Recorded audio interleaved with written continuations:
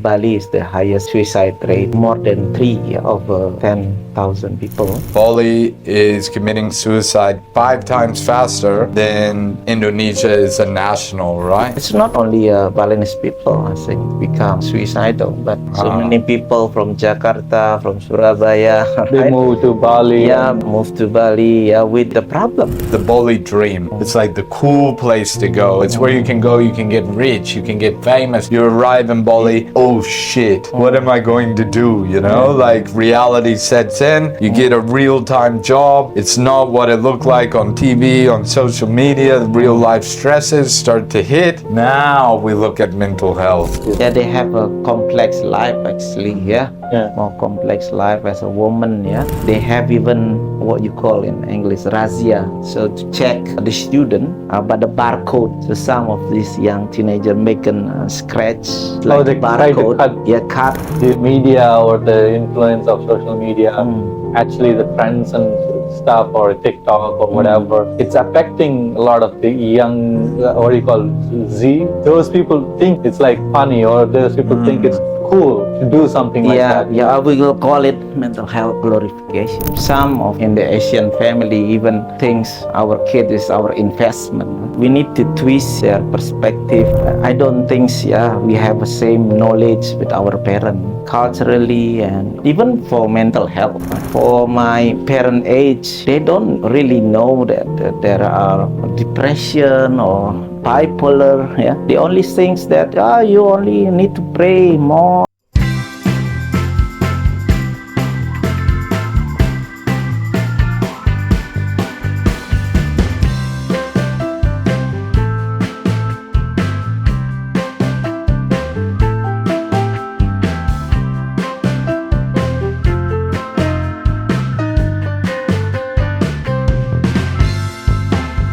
Scoopy Gang, welcome to today's episode. We're going to talk about mental health in Indonesia in general, and we're going to more also focus in Bali, because I think it's very important to talk about people talk about what people don't talk about. So, Doctor, I saw an article where from my Institute of Health, where it says Bali has the highest suicide rate. Is it true? Yeah, it's a report from policemen of Indonesia. So between all of the province across Indonesia, actually Bali is the highest suicide rate, more than 10,000 people. So it's almost twice from the second is Yogyakarta. Second is Yogyakarta. Second is Yogyakarta, is only around 1.6. So when he's saying these things, he's saying 3 out of 10,000 in Bali, 1.6 out of 10,000 in Yogyakarta, which is quite startling statistics. Based on the information I've read, Bali is committing suicide 5 times faster than Indonesia is a national, right? Is it because the Bali is that like most people come here, and like what would be the main reason? Yeah, we don't have the specific study about that, but if we look for the characteristic of the victim, so some of them is an young teenager. I saw that like it's between 16 to the main people, the youngest 16 to 43, and then it slows down and it goes to like people around 70s doing this. The youngest one is 10 years old. 10 years old.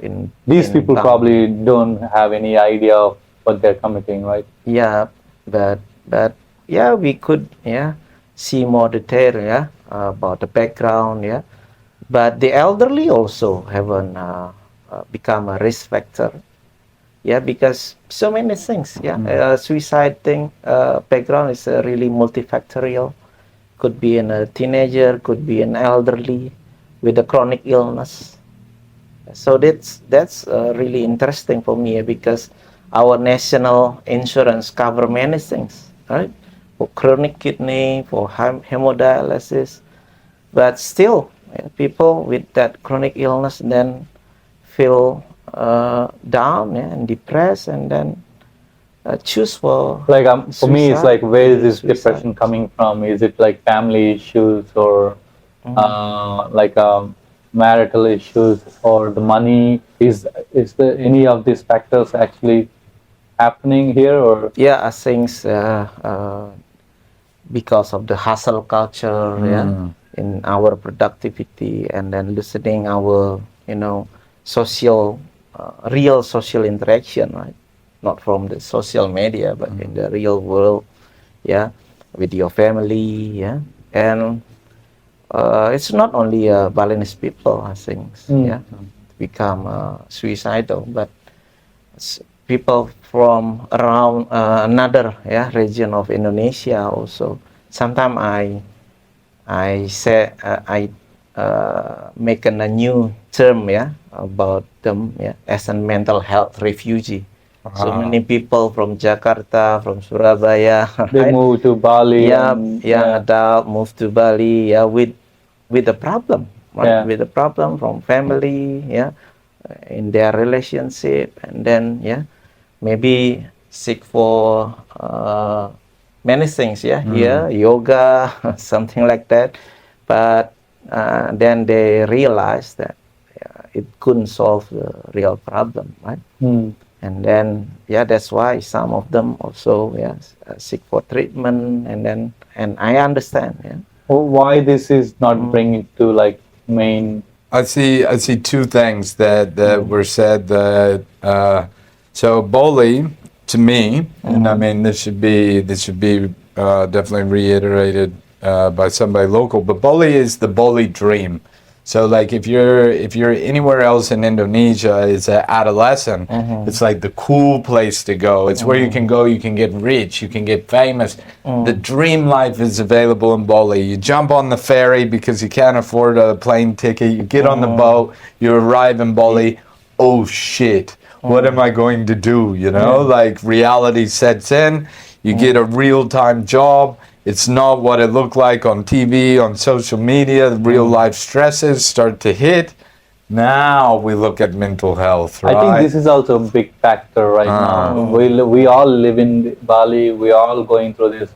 The factor of how much social media or the movies is factor into our lives, and then you see actual reality, and people don't accept the reality of the life. Yeah. So I mean, I would say why people are not talking about it. Like I understand the negative sides of the social media. It's very bad, and it's very negative, and it brings hate between people also. Why people are not talking about it? First of all, why people are scared to talk about it? Yeah, because they feel scared, I think, yeah, to talk, yeah, about mental health, because so many stigma, yeah, around our population, yeah, about that. We couldn't predict, yeah, what kind of a response that we will, yeah, get from talking about mental health. And also the problem, yeah, with the national insurance, yeah, they are not covered.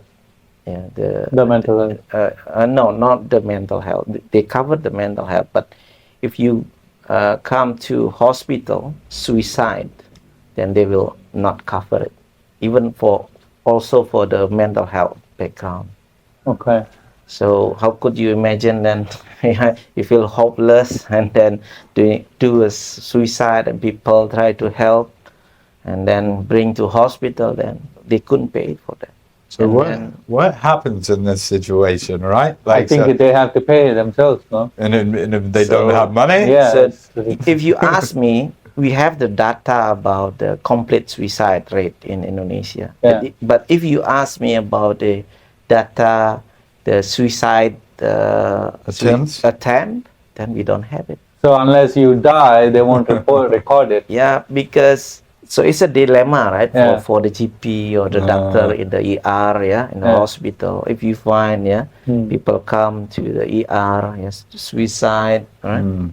Then you will report it as a suicide injury, or it's only intoxication, or it's because the right.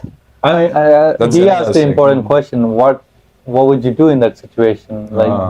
Like who pays for it? And then, like, I mean, if you go dead and then you're gonna do it again, maybe, who knows? Right? Then it's causing cycle after cycle, right? It usually is a cycle as well. Yeah, right? there's a cycle. So actually, since it doesn't make sense, right? People, will back home, without the proper mental health care, so that's why we try to make a solution for that. I think need something else compared than only national insurance. I'm gonna go to the extreme here because the question is still not really answered. So I cut my wrist. I'm bleeding. I'm bleeding out. I've done a tourniquet. I'm in one of the hospitals in Bali. They figure out that I've attempted to commit suicide, but I have no money to pay. What's going to happen to me? As a doctor, they will help you. Oh, they will. Yeah, okay, of course. Okay. Because we have our professional oath, right, to help people. Yeah. So but then after helping the guy getting that's gonna be the problem. The administration, right?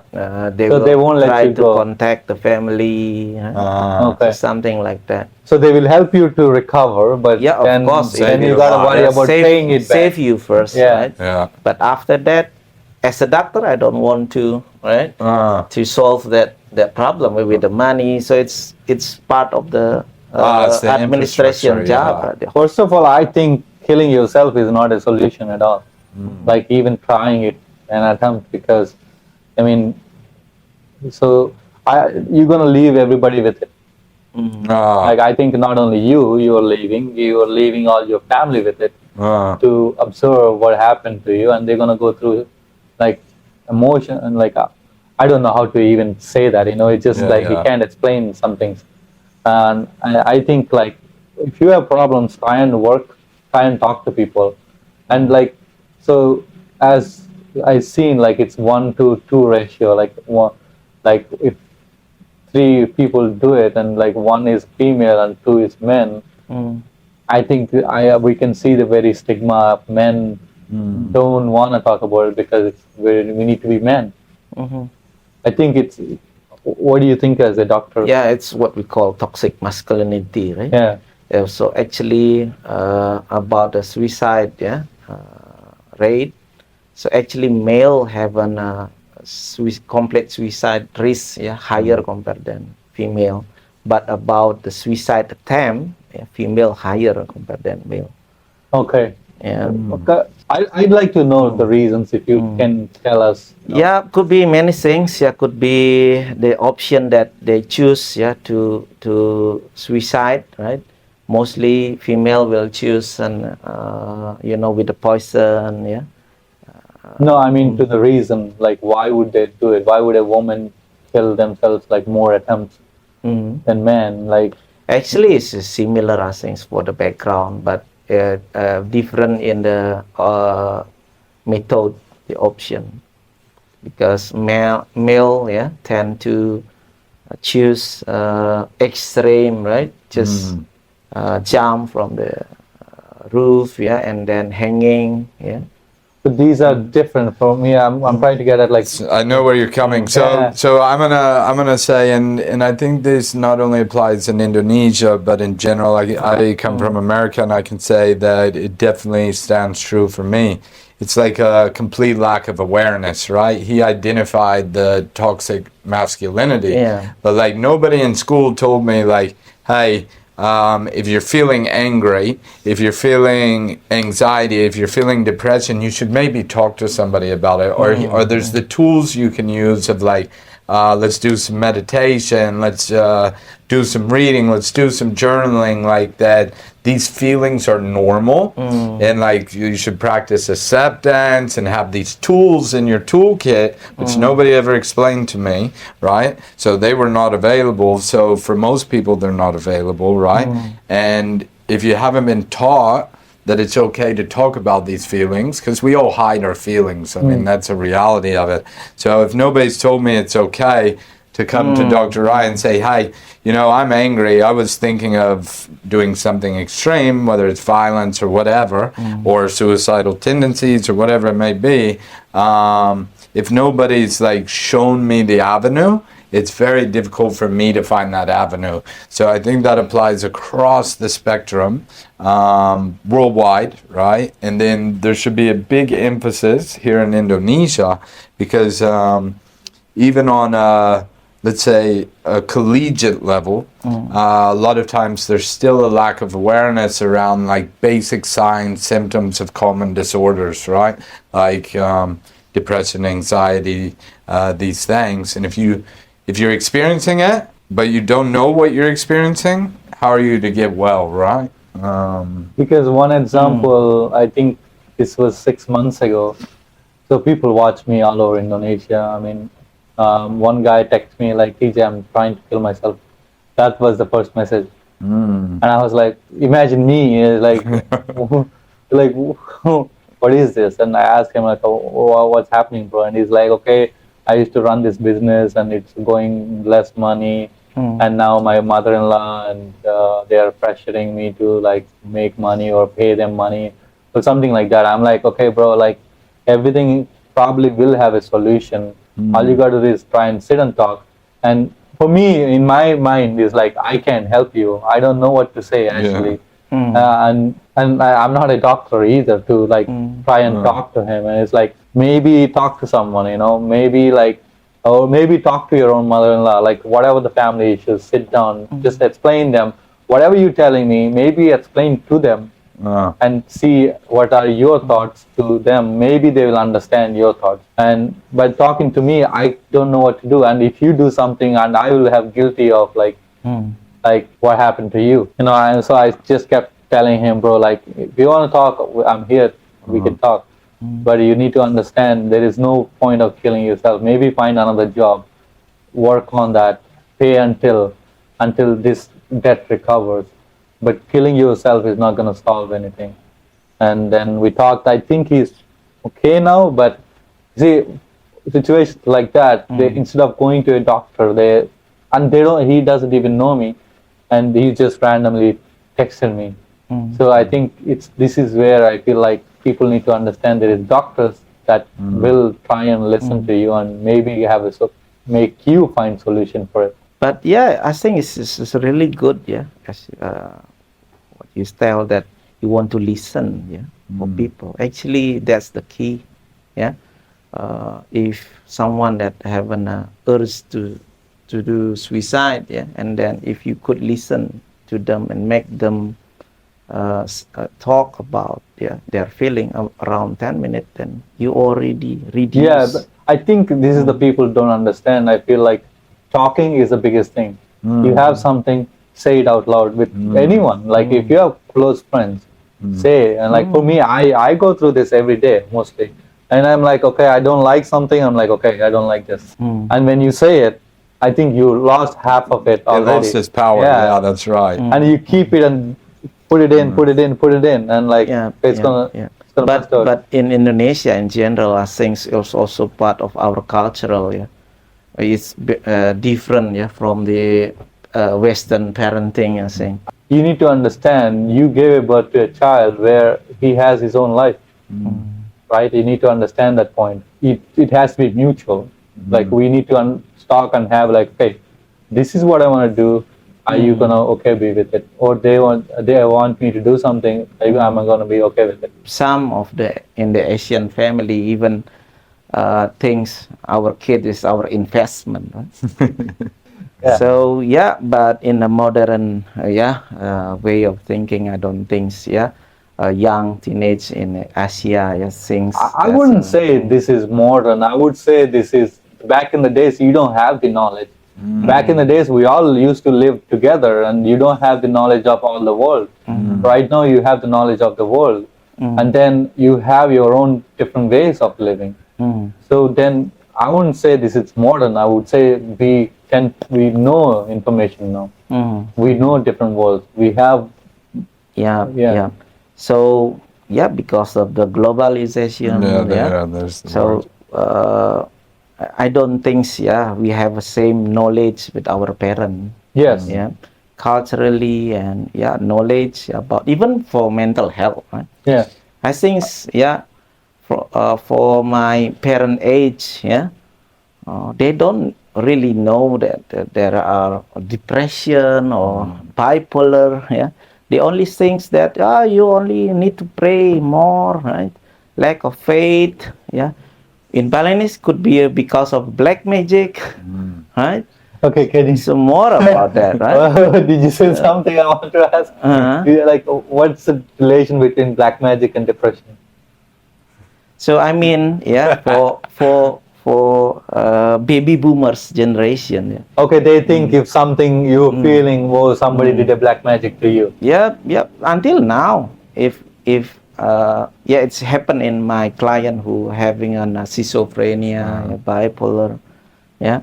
So for couple of local here in Bali, they become more accepted if my family become like this because of black magic, because something wrong in spirituality, not because of something happen in their brain.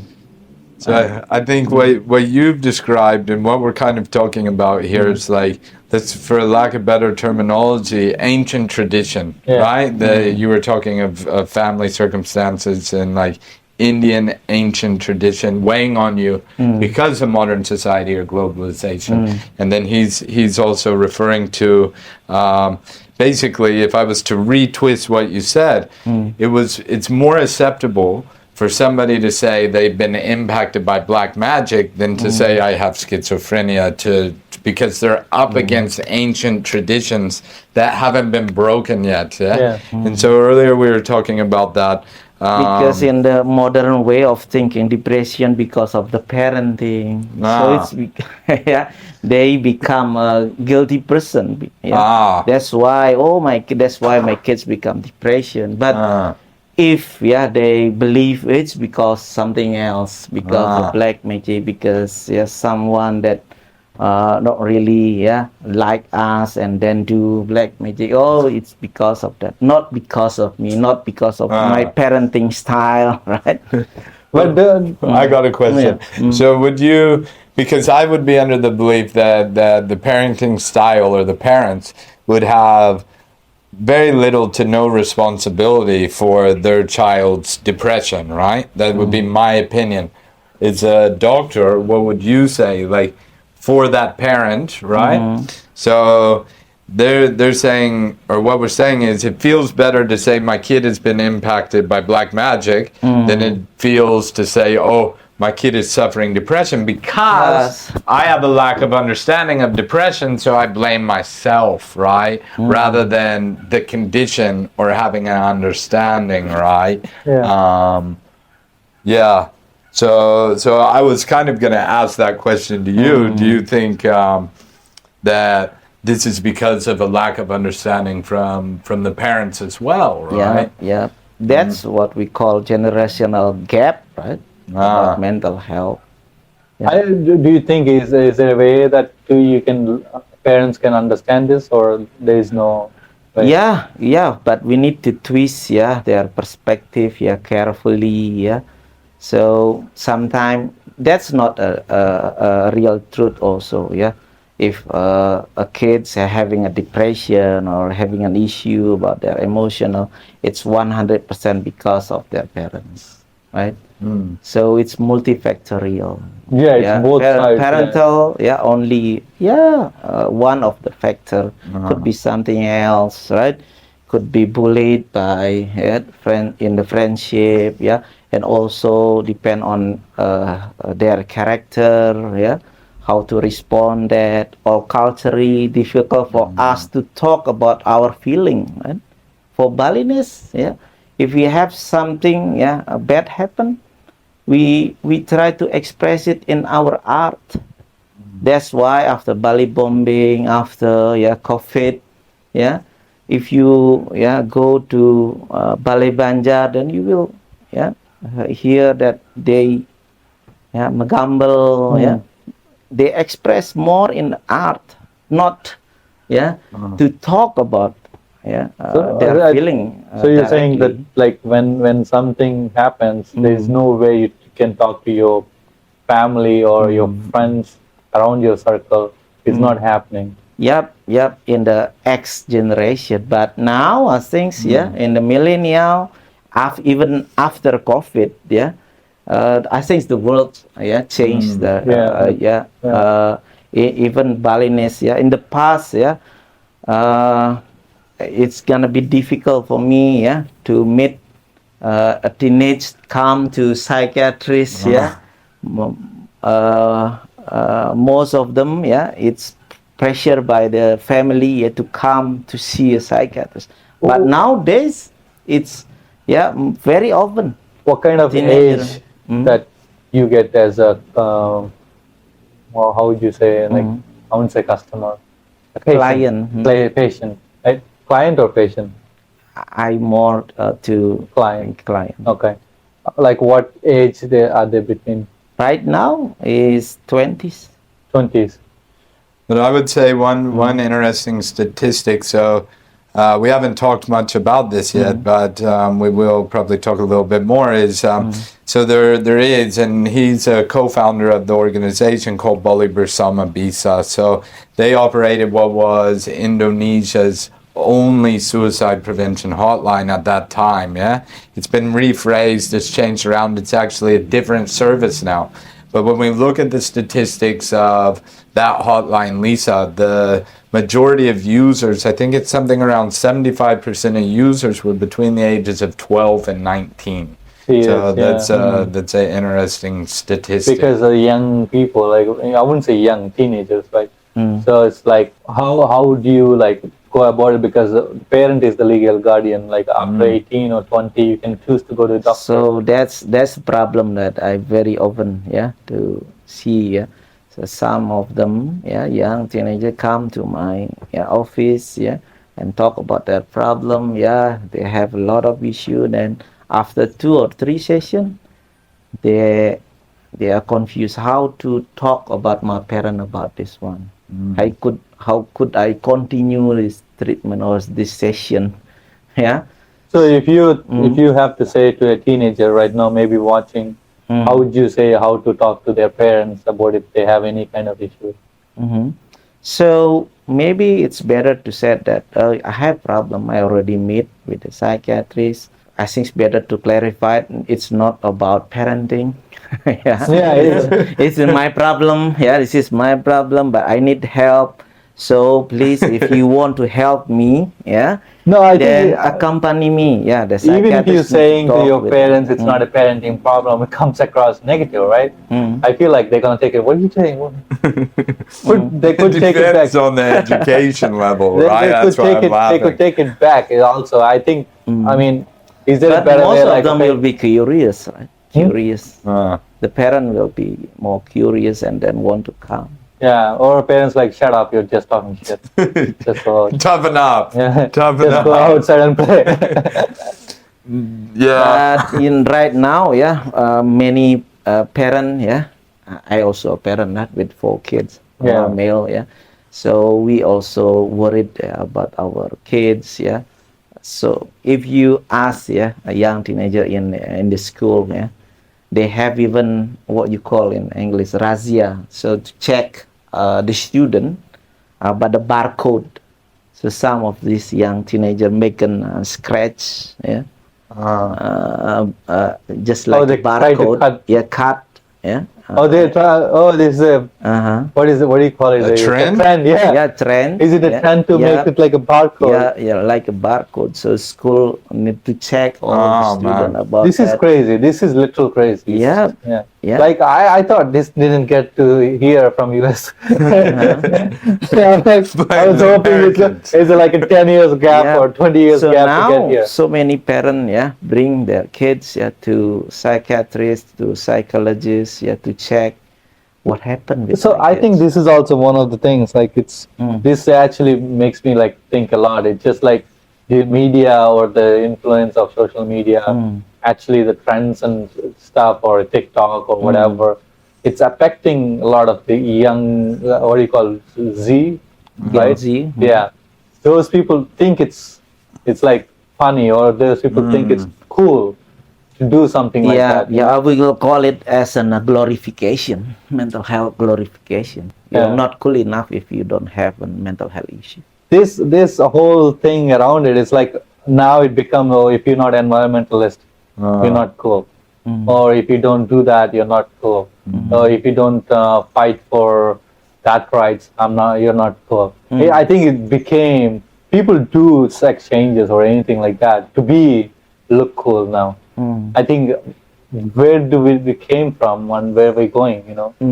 So I think you're hitting on a very valid point, and it's like the ingestion of let's say global media, you know, through these devices that we live on. But I would just like to highlight that there is definitely a direct correlation between the amount of data consumption and ill mental health. Yeah. So the more data, the more likely you are to suffer from a mental health condition. Yeah. So the more time you spend taking in more information, false information, let's add that on top of that. Yeah. The more time you spend taking in that false information, the more likely you are to actually suffer from a mental health condition. And like you mentioned kids, like when I think of this, like my kids, like keeping them off of a device these days, it's like impossible. It's impossible. Like yeah, I don't know. I mean, let's see, but there's definitely some realistic fears around that on my side. So that's why we need an progressive movement of I just had a mental health, goosebumps the real things. Yeah. So now, as a psychiatrist, maybe it's harder for me compared than psychiatrist 20 years ago. Maybe in the past, psychiatrists only will face the stigma, but now I need, I must face the stigma and the glorification. But how, as a psychiatrist, when you listen to all the like new young generation talking to you and like they're saying something like this, what would you feel like? Like, how would you explain to them this is not right thing to do? So because they won't. If once they put their mind to it, I'm like, oh, this is the right thing, and if you don't, if you do against it, if you say against it, you're wrong. Yeah, one of my client is around 15 years old. He come to me. She said that I have bipolar since I was 12 years old, and I also have an ADHD around 1 year ago, and now I have a BBD. Could you check me? Then I'm not going to judge that. But at least with the social media, she could come to make a clarification to the professional mental health. I really appreciate that. But then, we talk about the real problem, not about the label, and not about the diagnosis. And also false assumptions, like thinking that you have something, but you don't actually. So that's why we need to talk more about the real problem. What do you feel? What do you think about that? What happened with your life? And then now we try to make a solution, not about the diagnosis. Because I have so many clients also come to only get the diagnosis and then not continue for the treatment. So that's really important. When they come for the first time, and we talk, what is the purpose? If you want to fix something, or you want to become a change your life, become more productive, more quality in your life, then I will help you. But if it's only for that, to punish your parent, to punish your family because you have that diagnosis, then I couldn't help that. But if you want to change your life, whatever happened with your parent, whatever happened with your family, you want to survive, and you want change, to cut the cycle from your family, then let's do it. So we talk about the problem, not about the diagnosis. Because I said to them, if I have 10 clients with bipolar, I don't think I will give the same treatment, the same approach, because I couldn't manage only the diagnosis, but I need to work with the person. They they have a different personality, they have a strength base, yeah, not only about the disorder. So yeah, some of them will interest with that, yeah, change their perspective, but we need it become a movement in our youth, yeah, about positive psychology, yeah, and not only swear about our parent, yeah, even if they couldn't change, yeah, mostly yeah, we couldn't change them, yeah. So what we need to do with that, how we need to deal with our life, yeah, it could triggers them to be more more pressure to be living independently faster. So if you want to, yeah, away from your family, yeah, then the suicide hotline Bali Barisatu, yeah? Bali Bali bersama bersama bisa. bisa. Yeah, Bali Barisama together Bisa. we can. Together we can, yeah. So is it still there, or So right now the hotline is actually moving in the direction of one-on-one counseling. So that is now called BISA, and I believe by the time this podcast is out, it will be very close to back running, right? But a different service now. So rather than you call the hotline and you deal with a certified listener, now it's mostly done through a database where you schedule your appointment and you're contacted by a certified listener and or trained counselor to listen to your issues, right? So that's serving greater Indonesia. But like locally here in Bali, they have the mental health facility not far from here actually, in Dalung.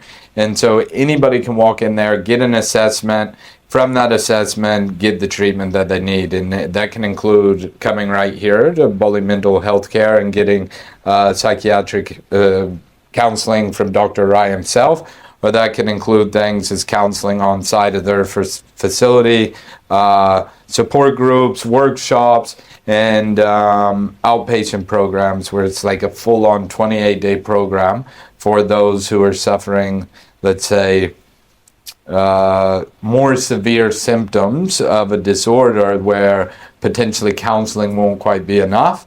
They have that available where you come in for 28 days in a row, and it's basically full-on counseling, providing that toolkit that I spoke about earlier, right? Giving you those tools as part of a routine that you can carry with you in your day-to-day life, which if like with everything we've been talking about, a lot of times, again, for me, as somebody who's suffered from mental health and my own condition or whatever, and not having an awareness around it, right, or not having a tools or understanding, the biggest thing I've found is like a healthy routine, right, for myself, yeah? It's like I need to exercise, I need sunlight, I need connection with other people.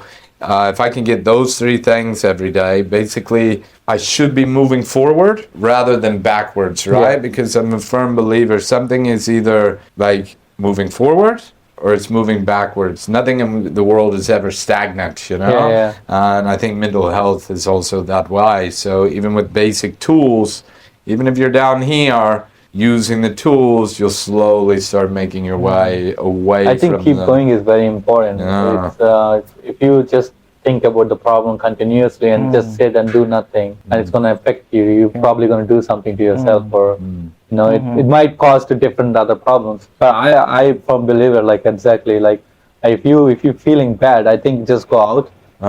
Talk to someone about not for the problem. Talk about something else. Just chill for a bit with your friends, and you feel a little bit better at least. Yeah. And then like you said, working out is actually like for me kind of meditation. Working out is very important.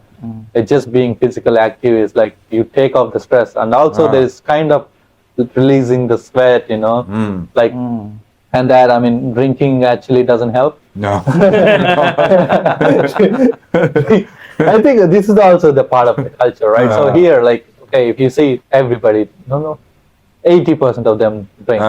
So how do you celebrate anything? Bad, good, or like, how do you say gray in between bad and good? Everything you celebrate with alcohol, right? So does that affect this mental health any way or? Mhm.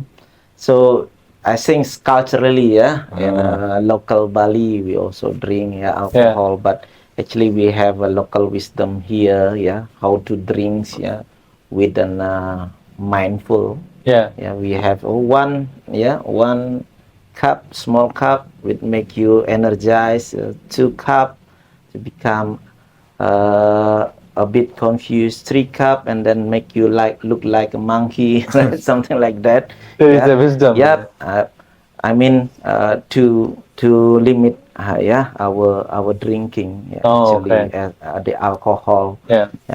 And don't drink when you're feel uncomfort. Yeah. Emotionally. I think drinking with happiness is more better than drinking with sadness. I think because I was laughing inside, right? Because that happens to be my area of mental health and problem, you know. And when you ask the question, how do you celebrate without alcohol, right? Yeah. The thing is, you feel it.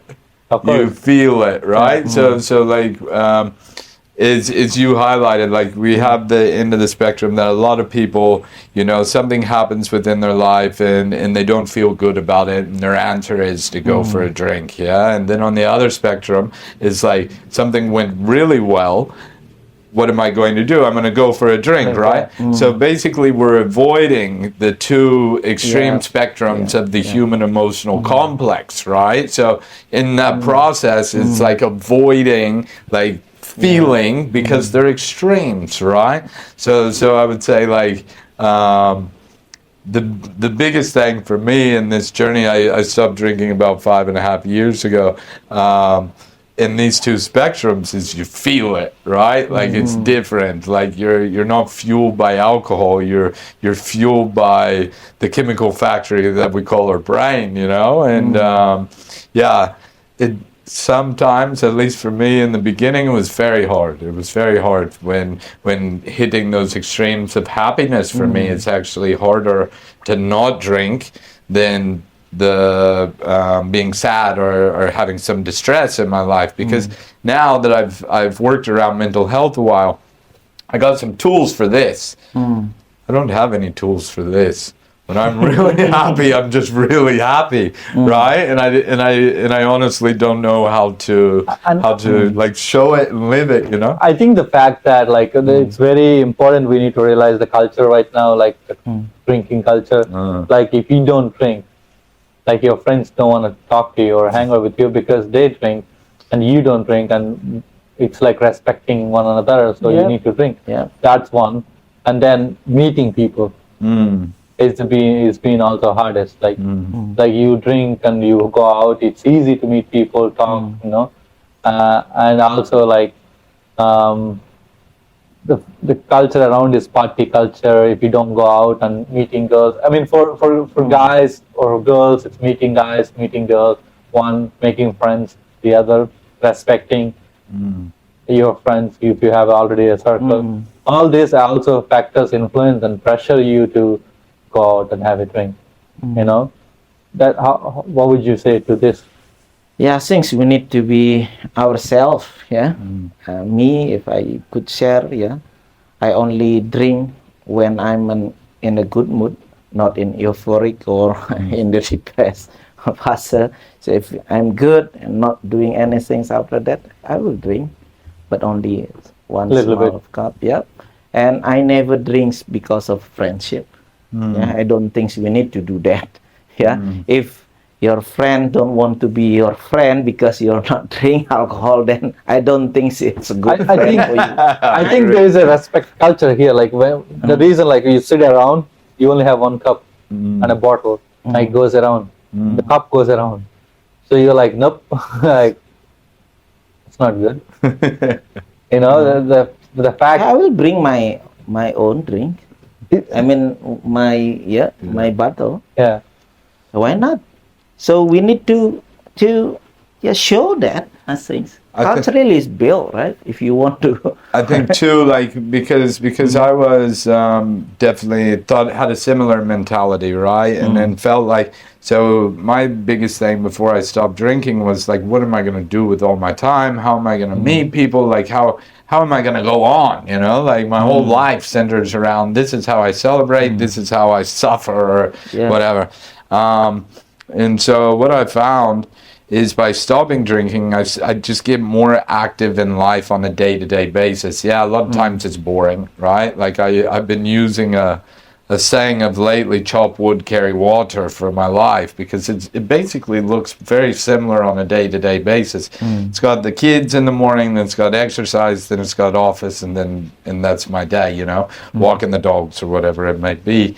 But what I find is my phone is 10 times more active than it was when I was drinking. You know, I have people reaching out to me for all different things, like what we're doing here, and like positive things in life, where when the message came through, it's like, let's go to Old Man's, you know, let's go to Pretty Poison, let's go to, I probably shouldn't be saying the places, you know, but you get the idea, go to the bar, and always the same thing, and kind of a similar thing, and chop wood, carry water, right? So like, go to the bar, same thing as I did yesterday or the day before, expecting a different result, like expecting a euphoria, expecting to meet something or someone that matters that's going to take me out of this, you know? When in reality, the only way that I could get out of that was through myself, you know? And yeah, for me, I'd say it was the best choice I've ever made. Yeah. I mean, I'm still trying to like drink some days, not drink. Like when you go out without drinking for a week, and it's like having, like you said, there's so much time. What do I do? I don't want to go out. If I go out, I won't drink. I don't want to go out. I'm just gonna stay home, and it feels boring. Like you need to find something to do at that point to like keep yourself busy.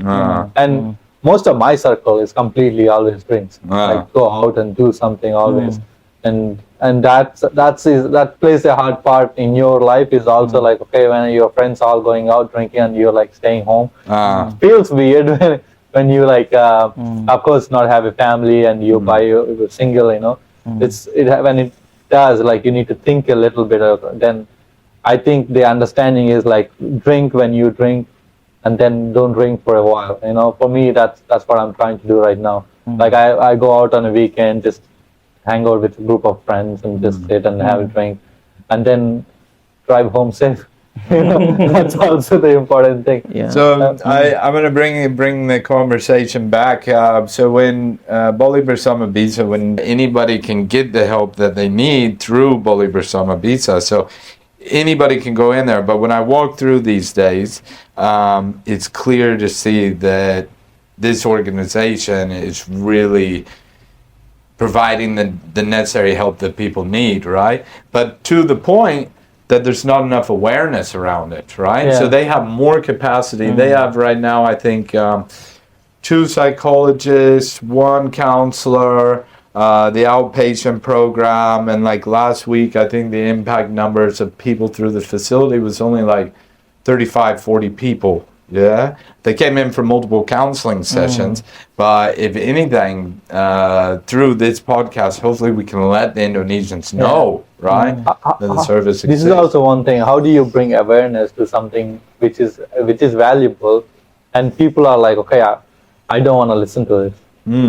It's like, how do you make people listen to something they need supposed to listen to, and they're like, oh, I don't want to listen to it. Like as a doctor, what would you say, like? This mentality About listening, about like caring about certain things, you know, putting your idea into, okay, this is something maybe valuable for not you, maybe your kids, you know. Yeah, I think it's really important to talk, with their perspective. Yeah. So that's why we will also work, in a teenage group, So it's gonna be more effective, to talk, make a peer support group, compare than me as a psychiatrist. I'm the old one, talk to directly to the teenager, So brings the reality, the survivor, young teenage survivor from that, and tell their story, how they could survive with that, and it's okay, not feeling okay, on that time, and brave enough to got the help, from the professional, and the changes in their life, after that. Then I think it's gonna be touch the others about that. Oh, this is important. If even if they said, oh, this is not important, but after they feel something similar, then they will feel that's important. So that's why I think the consumer group, the peer support group, in BBB we have a male support group, female support group, the connection night, in general, And I think we haven't spoken about women issues, right? So like we did spoke about as a man being a toxic masculinity, like, and also it's like a man can, if you speak as a man, you become weak to other people, or you're a weak person. You don't know how to handle your feelings, and so you have mental issues, like you said, toughen up, and like it's not the way. It's like I mean, you should toughen up in situations where you're supposed to, not all the situations when you have issues in your mind, But like with perspective of the woman, which gets married and go to like different household, and how is this? Yeah, they have a complex life actually. More complex life as a woman. Hats off to the ladies.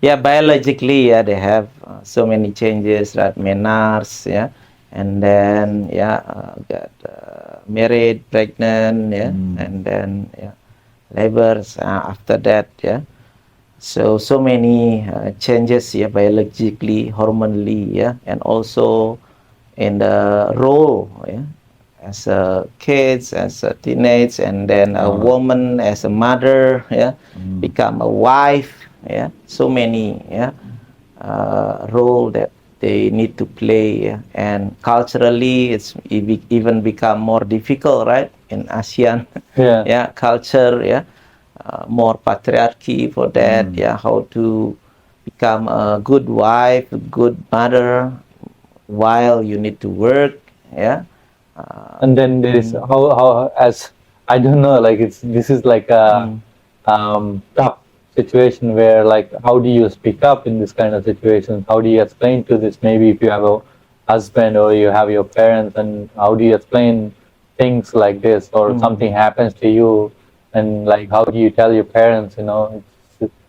It's difficult, right? I understand. Around about the access, I think the female one, could be more have more access to talk with others, because they tend to talk about their problem, with friends, with their friends, with their mothers, but sometimes, the stigma about that, oh, it's only in your mind. This is it's a normal problem. Then you will learn more about that. How do you differentiate it's only in your mind, really? Like when people think false assumptions about something, and how do you like it's real? I mean about the symptom, right? If you have that continuously symptom, so in general, people will say the depression is similar like a sadness. It's completely different. If you feel sad, every day, every time, even, you without triggers, without a real problem, then you have something. You have something. You need to check about that. That's not a common things. But if you have a problem, then you need to talk, share, opinion. You need to get an input from others. Then you could solve that. So that's a part of our life, right? So, like, to me, this is like something that's so hard to explain. I will try my best, right? Firstly, is we only know what we know, right? So if we don't know like where to get help or like that a tool is to talk about it, then we simply don't know, so we're not going to access it. So the secondary issue is, we talked about this briefly before we started the whole podcast, and the thing is, the human mind likes to create things is truths, of very little evidence, right? So like, I will use the example of like, I'm driving in traffic. I use this as an example, and somebody cuts me off. So my mind tells me that person is wrong. I accept that as truth, right? In reality, that person's going where they need to go, right? But I've accepted it as it's a truth that they're wrong. Now, that's just a very basic example. Those same principles apply in my everyday life, right? So I go through life and I see a situation or a person or a thing unfold in front of me. My mind wants to evaluate the situation and say, yes, it's good, or no, it's bad. It's black, it's white. It's your perspective. It's my perspective, yeah? And so, like, in this thing of perspective, I'm believing things as truth. So he spoke of, what was the word of, like, glorifying mental health and like, you need to have a condition to be true. Now, if I think I have ADHD to fit into here, and ADHD is probably not a good one, right? Let's say depression. And I think that, and I accept it as a truth, and I start living my life as if I have depression. What's going to happen to me? It's going to become reality. Yeah, of course. It's like, what do you say? They say manifestation or something like that. I think there is some sense to manifestation it holds, because people do talk about, even people don't believe in spirituality, they do talk about like what energy you put out, you get that, like karma is basic. You do good, you get good. You do bad, you get good back. When you start thinking that you're a problem, you become a problem. Like by doing something out of nowhere, and it becomes a problem, So I feel like, that I agree with you. I think people need to realize, like, okay, there is a problem with you, you need to speak to someone and accept that you need to be able to talk to that person, or your parents, your friends. I would say, for me, for example, I've been like not living with my family for like now, I left like 10 years and I started doing education. I went to US, I did education there, and I lived by myself, work, and I came here. So all my life I would say alone, like living my own life, But then, like, okay, how do I talk to people if I have a problem? My parents don't understand. They have the stigma also, like, oh, I'm like, okay, somebody did something to me today. I can't explain to that my parents. So some of the Asian parents, instead of having a solution to the problem, they become extra problem to this problem. So there was a situation in US, one guy was using me to build his own restaurant, and I was telling my parents, like, they started crying. And I'm like, so this doesn't help me at all. So I need to console you, I need to console myself, and I need to get out of my problem.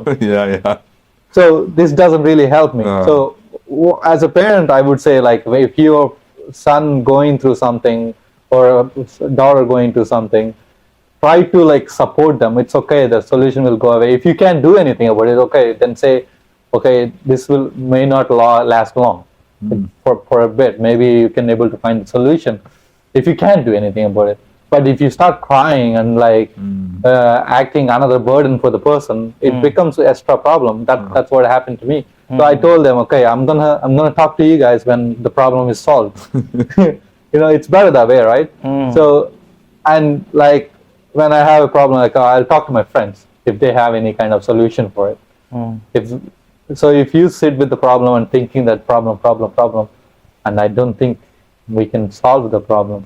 The mind that created the problem is not the mind that also has the solution, right? No. So the majority of the problem always centers in the mind, right?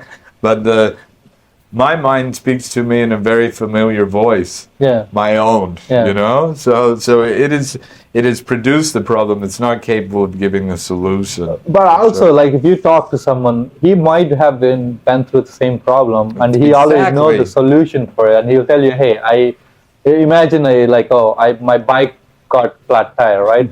And I ask you, "Hey, where do I get the solution?" You got a flat tire yesterday. Yeah. And like, "Oh, I went to this bank here." Okay, go here. It's the same thing with your life also. I personally think, because you never know what other people went through, because these days we all meet like, "Oh, I met you one time, and I met you one time." I don't know, you probably went through the same problems as me, and if I ask you, you might give me the solution. I think this is where it's lacking. Like, I understand some people don't like listening to other people, but understand if they don't want to listen to you, okay. But there is people who wants to listen to you, who wants to at least listen. Like, also sometimes I really say this, that saying the problem out loud releases a little bit. For sure it does. It really does. For me, it happened to me. I experienced it personally. So that's why I'm saying, okay, I understand psychiatrists. It's like, for me, it's like what I have so far I looked at a psychiatrist. It's like, you're telling your problem, you're paying someone to listen to you. Yeah, I think it still solves. But also at the same time, mostly I don't give a solution for my client. I just help them to understand more about their problem. Yeah. Help them to give you a realize, different perspective. And then make several options. They could find several options and then choose which one that I want to do in the beginning, and recognize the risk after they choose that. So that's make us healthy, right? I think you have repeatedly hit on something throughout this conversation, which I find to be very true as well. And it's the fact, like, when I have a problem, if I'm able to get vulnerable about it, like, and talk about it, I instantly feel better. But on the other side of that is when I am vulnerable around you, it gives you the green light to be vulnerable around me, right? So, like, I've been in situations in, like, but the thing is, like, we need to tell people there is people who actually take advantage of this also. True, maybe. But don't hang out with those people. I mean, you never know until they do, right? I mean, I was like good enough to do that. You know, like, there's people who actually listen to you and use your own words against you. Just be careful who you're talking to also. Choose wisely. They should be your friends. They should be people. And how you expose it should be done in a way where you're also semi-protected, right?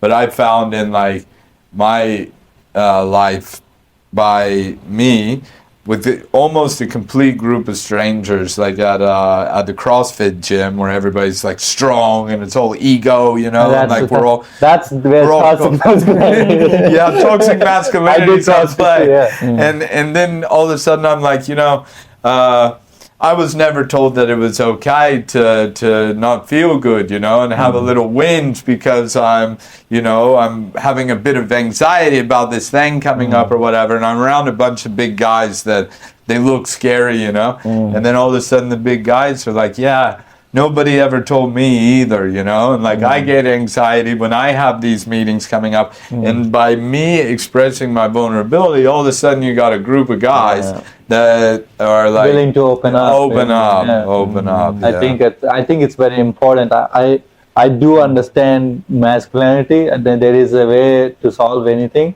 but also I do understand speaking your problem outside is very important. I actually think it's also more masculine to be able to accept you have this problem. If you're just lying to yourself, I don't think that's going to help anyone. And that was the core of what I was trying to say earlier too, like how we lie to ourselves and we ingest it as truth, and then we run on it, you know, like, and it becomes a working part of the mind that is false, you know, like, Anyway, These are the people who identify as avocado. Soon enough, you become avocado. I don't know. I think, I don't know, like the mentality right now is, I feel people are actually like, there is a way of people are becoming really soft and misunderstanding of things a lot and having your perspective and don't accept the other person. People say we're actually going forward. I think we're actually going backwards. in what way? In a way that like there is this culture now. It's like, if you don't accept, people say you have to choose, right? So everybody has a choice. This is a freedom, right? So you accept some people, you don't accept some people. That's your choice. But you don't go out saying, oh, I don't accept them, right? You don't say that, but it's you keep it to yourself. For me, example, I keep it to myself. You guys do whatever you want, but I don't hang out with you. That's it. It's my choice, right? But people say, oh, you're that kind of person. I'm like, okay, you said we're all going forward. Everybody able to choose what they want to choose. I chose this. Why don't you accept that? Why don't you accept the fact that you have a choice, but I don't have a choice? I have to accept that. Yeah, I see what you're saying. I understand it. So it's like the liberal approach of like, everything is accepted, you know? There's no gender, there's none of this. And so that belief, I don't accept that, right? But they would point at me and go, well, then, you know, like, so it's the message is contradicting. That's why I was from the very beginning. I was very scared that if Kamala to win will be more problematic world than what it is, because people, I think this is also one of the things, people don't realize how much US affects all the world. All this shit came from there. Like, not here. We don't have like, what is there? There is like a glorification of problems or something like that. This never existed here. This all coming from there. Like you guys think when you somebody caring about what's happening in US, we don't need to care about it. We do have to care about it because it's gonna bring wars. They affect the whole world. They're the biggest country. They're the biggest media. The biggest media. The movies. Everybody watches it. You watches those movies, and you becoming that. So I think the Hollywood, which is in US, plays a big part of role in the whole world, in everything. So when somebody is controlling that, and how to make movies or what is right and what is wrong, somebody is choosing to make that kind of storylines and putting it outside, it does affect everybody. Sure. So I think we need to go back and realize what are we listening and why are we listening to how much is the truth to it, and people need to questioning or be skeptical about certain things. If you're not skeptical and you just accept because that you idolize the guy and he said something, you listen to him and he said, and then you follow it. No, please do not do that. Like, even if I say something, please do not do that. You are like, I think you need to understand, everybody has their own opinions, perspectives. You listen and then see how much of it is the truth, how much is not, and how much you can apply, or maybe if you have a problem, how much you can apply to yourself. I think I'm not going to go outside and, oh, he has the same thing, I'm going to have the same thing. That's not going to work for myself, you know. Yeah, I'm going on rant. But really, at the end of the day, it's just like, seek multiple opinions, seek outside help, you know, like when something is outside of your norm and it's something that you're not comfortable with, probably there is a solution waiting for you if you're just able to get vulnerable about it in whatever way that may be, whether it's seeking professional help, going to this Bali Bersama Bisa, going to a mental facility or mental help free, or hotline. Right? Yeah, it's free. It's free, yeah. Near you, not only in Indonesia, anywhere in the world, right? Like, it's okay to not be okay. Let's try to get you okay, you know. Here's some tools that you can use, and if those are not enough, I'm sure the doctor can fix you up, you know. Well, I think also, like, we don't need to fix 100% of the problem. If you can able to like fix a little bit of problem and start living your life according to that, I think you'll be fine. For sure. Is there anything you want to say, Doctor? Yeah, I always said to my client, yeah, we need to careful about the information that we consume. Yeah, I really agree. About physical health, maybe our meal is really important. Yeah, whatever comes to in our Sure. mouth, but about mental health is more about the information that yeah come to in our head, yeah, our mind. Yeah, so we have so many client that really anxious, yeah, feel anxiety about their health, about their physical health, because they always browse or googling about many things. But if you search about headache, then you will find brain cancer, right? If you so many things. Yeah. So that's what happened in our social life. When people have something in their physical health, and then they try ask Google first, and then if you do it continuously 2 weeks, 3 weeks, then it become more anxious. You're just feeding your anxiety, or uh, to focus on one topic about politics, about many things. Last time about COVID, if you only read the information about COVID, then it's also will I make think you certain things it's uncomfortable. better to stay away from, like better to not know everything about it, because you're gonna think about, oh, maybe the world is ending, or you're gonna get into that like rabbit hole, and you go too deep. But yeah, also like I think this is why most people like to watch the fun stuff. Yeah, for sure. Good on them for that, I guess, in the end. I mean, I did like until like couple of years ago. I don't really cared about politics. I didn't really worried about like too deep stuff. I'm like, okay, I'm just gonna watch stupid stuff. I'm just gonna watch the comedy. I'm not gonna care about anything else. And then I realized, like for me, it's like it's important to like know a little bit knowledge about everything and understand how the world is going right now. Yeah, actually, we have control about that, right? Yeah. Some people feel that they don't have control about the information that they need to read, right? It's just like when we eat, right? We could control whatever we want to eat. Yeah.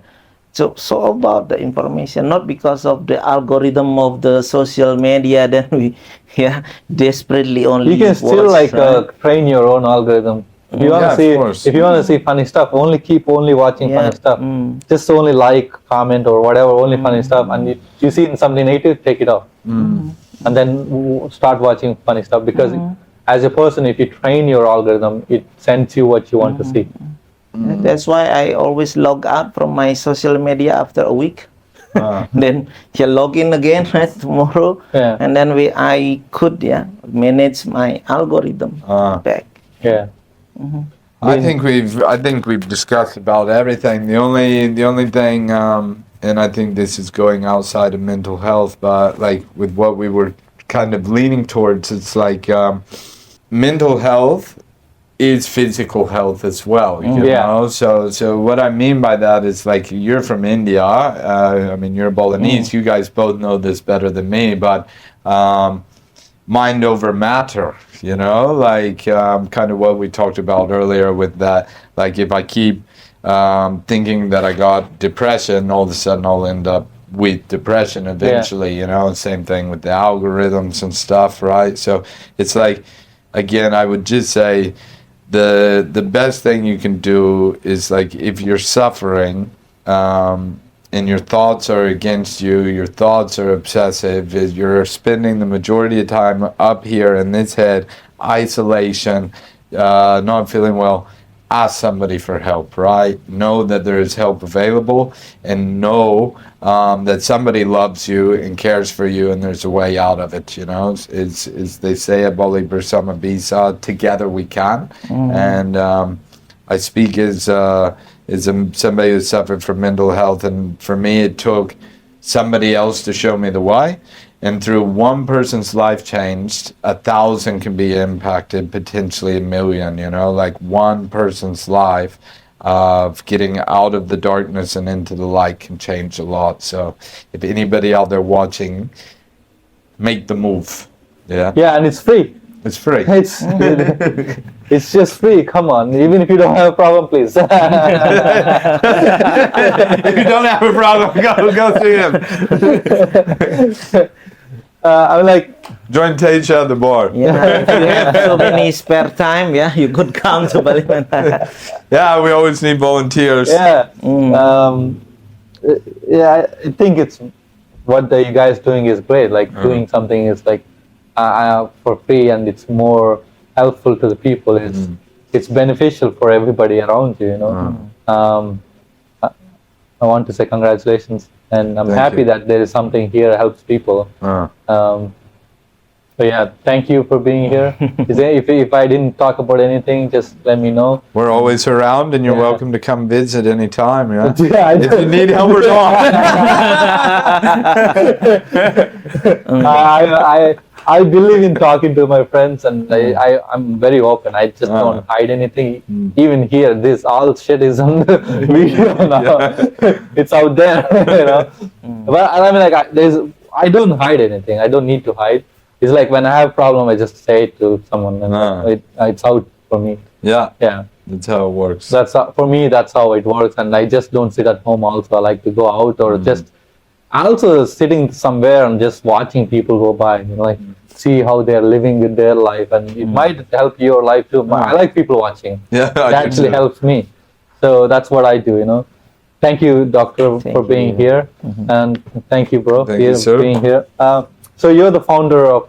No, not the founder. Funder, you can call me. Okay. Yeah, the one. Founder and He's a funder. good friend of Bali Bersama Bisa. Putting some money into it.